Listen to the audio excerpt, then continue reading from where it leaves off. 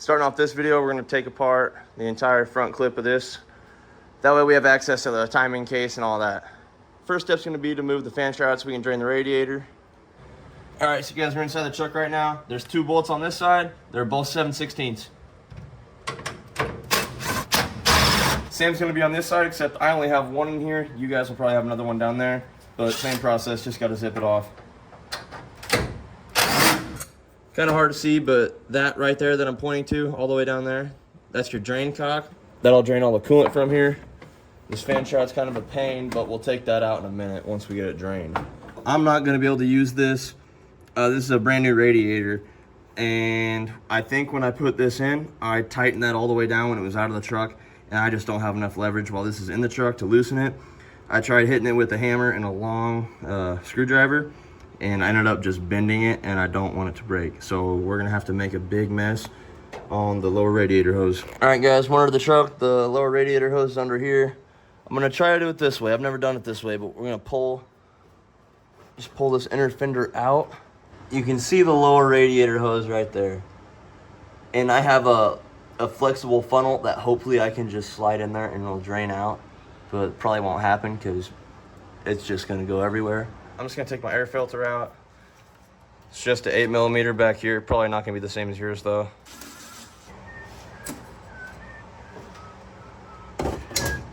I have a decent bit of extensions on here with the swivel. It's an 8mm down there. Don't know if it's gonna be the same as your truck. So I'm just gonna zip that off really quick and we'll see where we get. This is my flexible funnel. Not a tool you use very much, but definitely helps when you need it.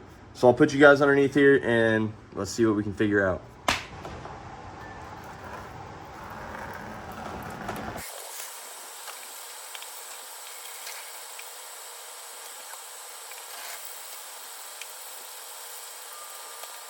All right, I'll bring you back when it's done draining.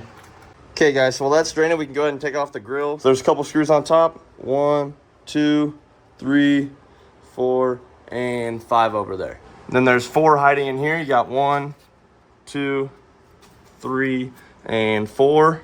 And there's also some behind your blinkers. We'll go ahead and take those out really quick.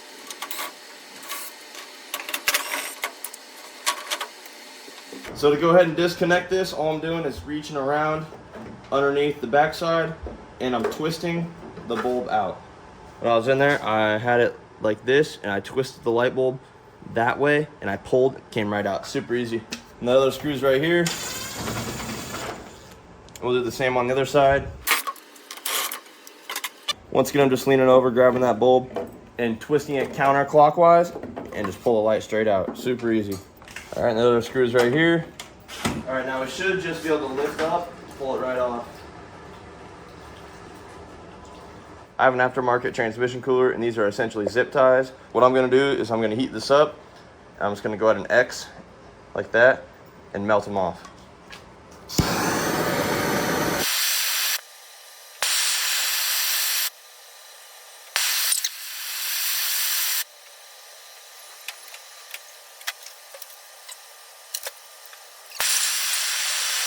All right, so I figured out it's a lot easier just to angle the torch down. Give it a couple seconds of heat, and then do it.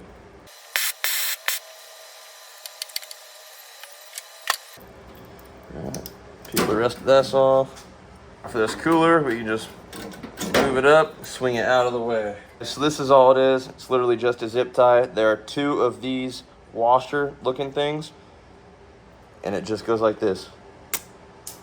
Just like a zip tie.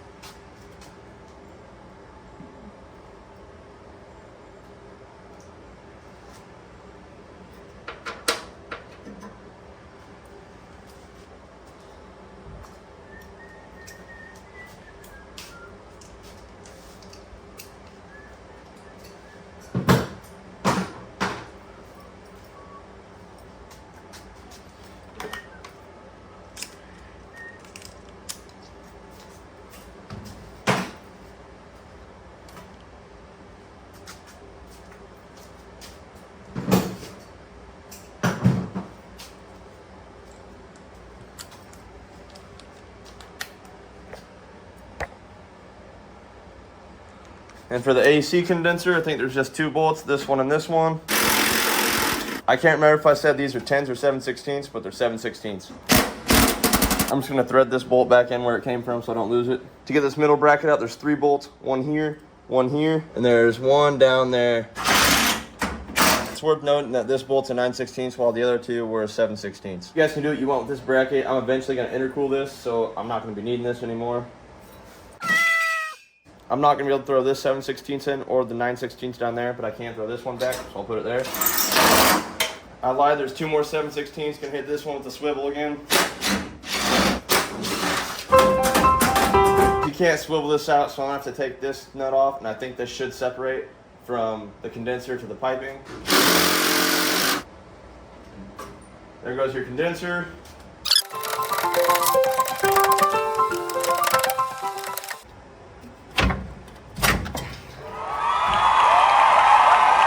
I'm just gonna unclamp this a little bit and rotate this up.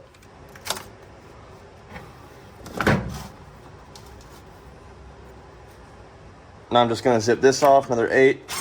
A good trick for getting these stuck hoses is take channel locks and grip around it tight and just go back and forth with it. Now we're just gonna remove this overflow line.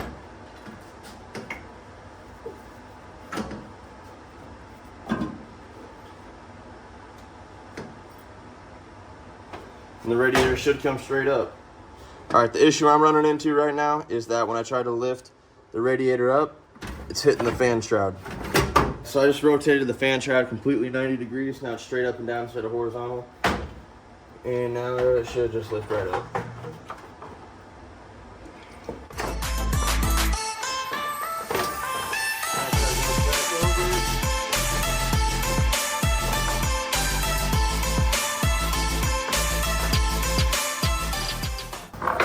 Yeah, fight it, but it does come out. Just tried to get the fan off and I couldn't do it.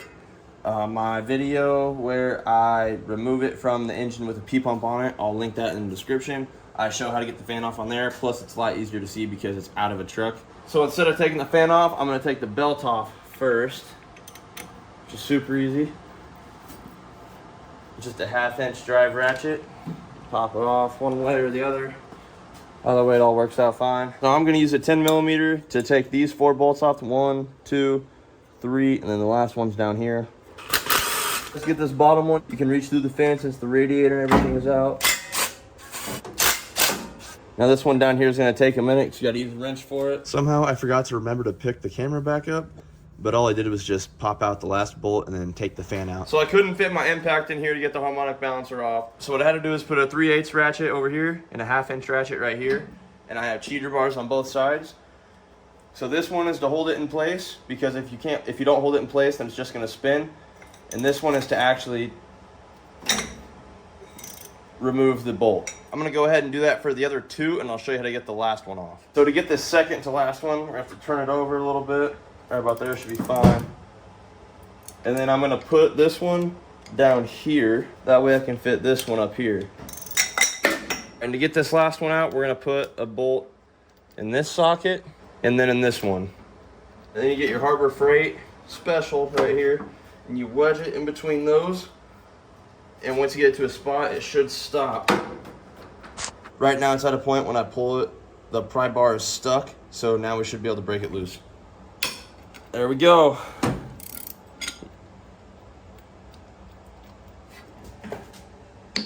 Oh, there we go, pop it loose.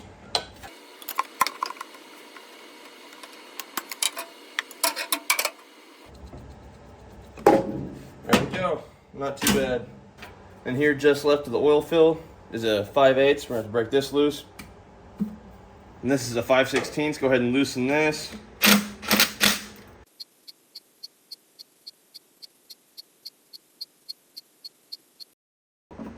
Now it's time to take the timing cover off. I made this diagram before when I took the other one off the other engine, and I have small labeled for the small bolts and long labeled for the long bolts. And right here, I have it labeled big washer just because it has a big washer on it. So you can go ahead and use this. I know it's not very good. You guys can probably draw something better, but this works for me, so I'm gonna go ahead and use this. All right, once the bolts are all out, and this timing cover pops off pretty easy. going over all this stuff in here.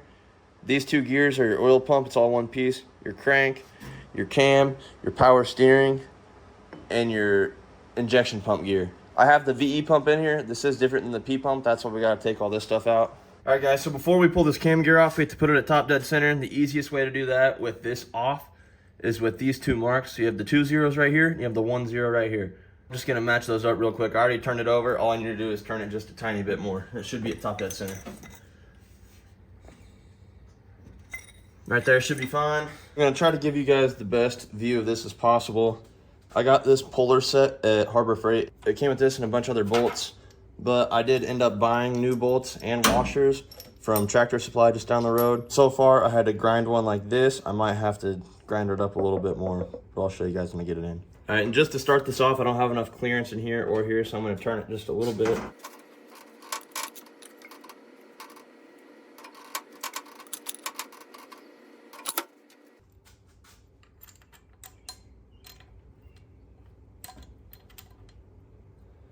So there's one probably. I'll slide in there. This one will slide in here.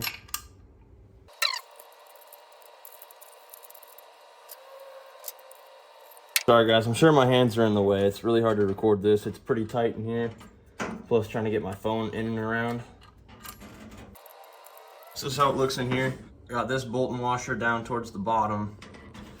This one's up towards the top. It's catching up here, but not much, but it is catching mostly just over there. And this is the grinded up one, and that's catching all around, so that should be enough. Now I'm gonna have to throw a bunch of heat on here for it to come out. I got you zoomed in pretty good so I can show you this. So I had the heat gun right here the whole time, and I alternated the torch from down here up to underneath to hit that other spoke. I did that for probably 15 minutes, I'd say, and then every couple minutes I would tap this like that. And it finally just broke, so I'm gonna go ahead and just zip it off because it should come off all the way now.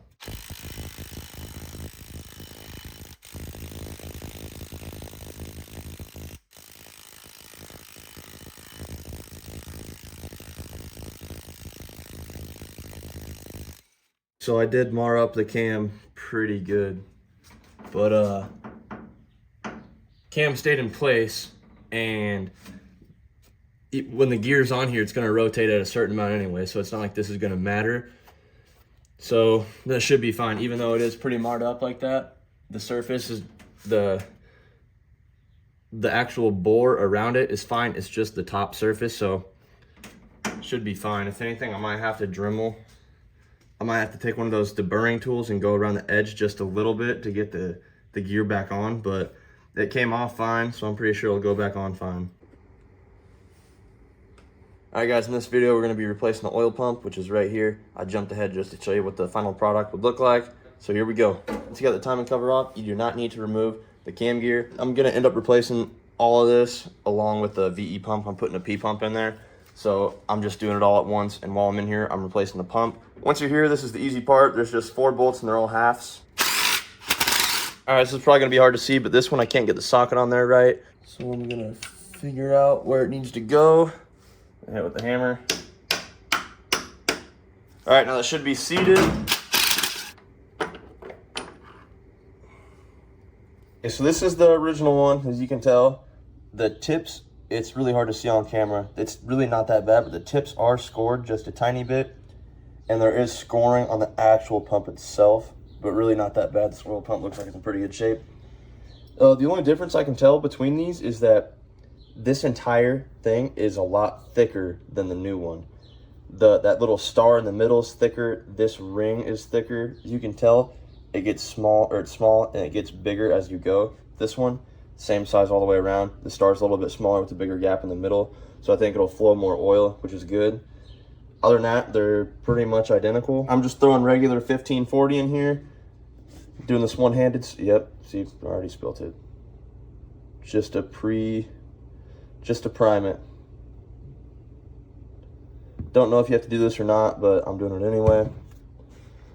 I know I'm gonna spill a lot. I'm just gonna let it soak in there for a minute. That way I'm not running the oil pump dry. Whether or not this matters or not, you're supposed to do this. I'm gonna do it anyway. Can't harm it at all, so. All right, now I'm just gonna throw this one back in. There we go, like a glove.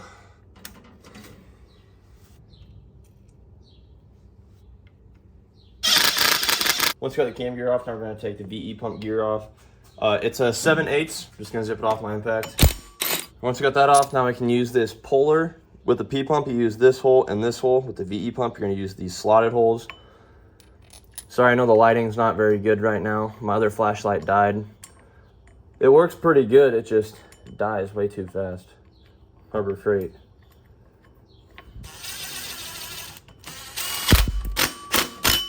There it comes.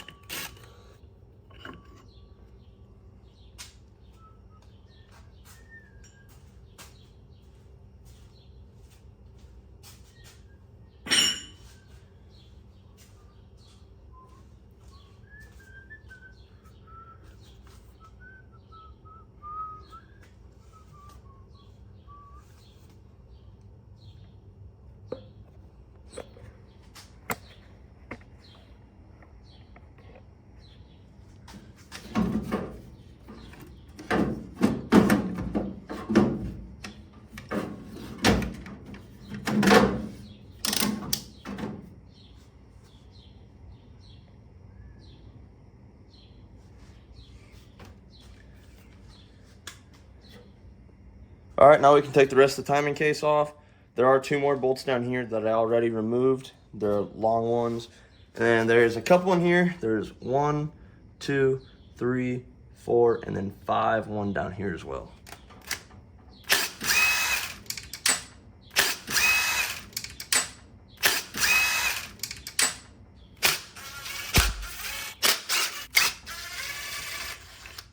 All right, now before we take off the timing case, we have to take the VE pump out, or at least the bolts. And to do that, we need to take this intake one off because we need to get the injector lines out of the way. Start out with that. There's 4 bolts. They're all 10 millimeters. Then we'll loosen this on this coupler. All right, then take a screwdriver, pry that bracket back.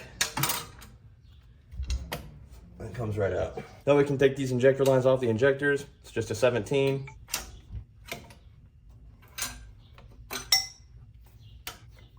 Once the injector lines are loose, we're gonna have to go ahead and disconnect this linkage. So the easiest way to do that is to start with your actual throttle cable, which is this one. And then this one is your throttle kickdown or kickdown cable. I don't know exactly what it's called, but it goes to your transmission, and that's, I don't know exactly how it works, but I'm pretty sure that's what tells your transmission to shift and downshift. Something like that. I don't really know how all that works. But to take your throttle cable off, just put your screwdriver in where that little lip is, and just do that. And this controls your throttle. So your gas pedal will be moving right now since I'm moving this. Now we're gonna disconnect this little linkage piece that goes to your lever. To do that, we're gonna put the screwdriver right here, just push. That comes out pretty easy. Now all the linkage should be also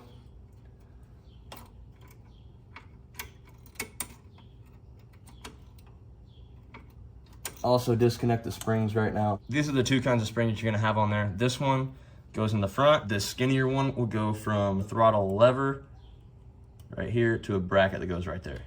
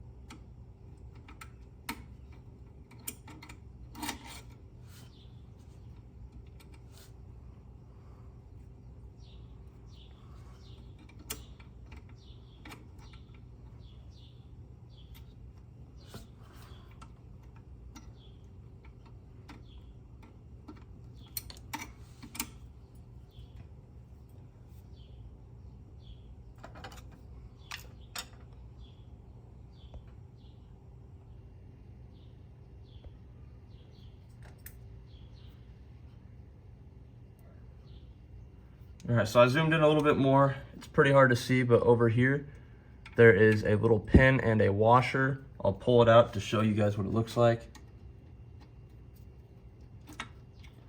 So that's what this pin looks like. And then there's the washer. Now we're gonna take this linkage plate off by taking off these two 10 mils right here and there. I lied, there's another bolt hiding out under here. That's where the bolt was right there. Now we're gonna take this plate off. We're gonna disconnect this clip. So what I did is when it was in there, I just put a screwdriver down here and I pried down on that tab. Now we got that clip out of the way. This one does have a spacer on it. And it's built into the bracket. So now we're gonna take this out. I'm just gonna zip tie the dipstick to this vacuum outlet on the brake booster. All right, now we should be able to take these lines off. Now that the linkage and brackets are out of the way, what I'm gonna do is lift up the grid heater. Set that there for now. Plug up this plate. I'm gonna set this up over top of the brake booster. These 3 injectors, I'll go to this one line that ends up right here. I'm just gonna bust that off. And then this side has 2 bolts, one there, one there. Injector lines are loose from there. Now we're gonna disconnect these wires from the pump. This is blue with the white line. This goes on the right nipple, and this is just flat blue. And this goes on the nipple facing forward. Pull these through the lines. All right, now I'm gonna pop all these injector lines off from here. It's a 17 millimeter, just like the injectors. All right, once those top 3 are loose, where you can actually move them, you're gonna go down to this very bottom one, and then drop your wrench. And by moving this bottom one, you can access the one right above it. All right, then from there, you can separate the back from the front, like that. Then you should be pretty open to get this last one. All right, there goes all your injector lines. This banjo bolt in here is a boost reference from your intake, and it goes to this diaphragm, which is inside of your VE pump. I'm just gonna move that out of the way for now and then throw this banjo bolt back in here. So next up is to remove this fuel line that goes from the VE pump to the fuel filter housing. This is a 17, this is a 9/16. I'm gonna go ahead and remove that really quick and I'll come back when I'm done. So once I got that line removed, I ended up putting the banjo bolt back in the line right here and facing it up so it's not gonna be in the way. After that, we're gonna remove this this boost reference, and to do that, just take a half inch wrench, just break it loose like that and remove it the rest of the way. Okay, I lied again. You can't remove it all the way, so you have to use that half inch to just remove this nut, and then this comes right off. Pretty easy still. And then we can also leave this here. I was only gonna pull it out because I think it would be in the way if when we slide the VE pump backwards, but I don't think it should be in the way now, so I'm just gonna leave that there. So next step is to remove this banjo bolt, which is a 17, but we also have to remove a 10 millimeter back there. That one I'm pointing to. That holds this in. It's pretty easy to get to. It's just a 10, and the wrench, you can get it pretty good. So once you remove that bolt back there, then you can easily just bend this up. And I'm gonna bend it around back over here. And don't worry, you're not gonna break anything. It bends around the fuel filter housing, so it has a nice bend to it. And we're eventually gonna take this off because this goes to the return line to the injectors. And it's different from a P pump to a VE pump. The VE pump goes back around the back side of the block, and the VE pump, or the P pump comes through between cylinder 5 and 6 valve covers. So we will take that off eventually, and it'll bend right back to where it needs to be. All right, guys, just a couple more bolts to move on to the power steering pump. There's a 10 down here we need to take out, and then these 2 Allen heads. This one was a 5 for me, the one sticking out. It was a 5 mil. This one, it was a 5, but it stripped out. It was just too tight. So now I got vice grips on it, and I broke that loose. So I'll see you guys when I get this bracket off. Okay, so I don't know if your guys' is gonna be like this. Mine were different. So as you can see, this one was an Allen, and this one was a Torx. So just be aware of that in case yours is like that too. Just thought I'd give you guys a heads up on that. So mine didn't strip, I just wasn't using the right tool. Now it's definitely stripped. Before we move down to the power steering pump, we got 2 bolts to take out down here in this bracket. You have one right here, and you have one on this swivel right here. Mine was tight, I just loosened it so I could show you guys what it looks like. So we'll take that out, and then I'll come back when I'm done. Okay, so the quickest way I found to do any of this, because I've been messing around up top for like 2 hours, and I can't figure out how to get any of those power steering bolts off. So what I did is I removed these 6 bolts down here that go from the oil pan to the timing case. And from there, I broke loose the timing case, so now the timing case is completely off. The power steering pump and the VE pump is connected to the timing case right now. Okay guys, so I know I'm jumping around a lot and I'm sorry.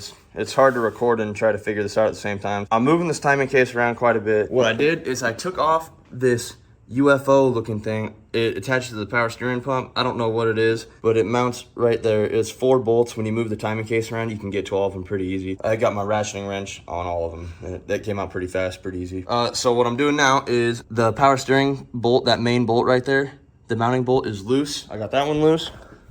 And same with this one back here. The wrench is on it right now. Like I said, it's hard to record all this, but the wrench is on it right now. So here soon, the power steering pump's gonna be out. And then once the power steering pump is out, then we can get the VE pump out. So once I got the power steering bolts out, I just pushed it back, and then I took the timing case and the VE pump off at the same time. So it's just one unit right now.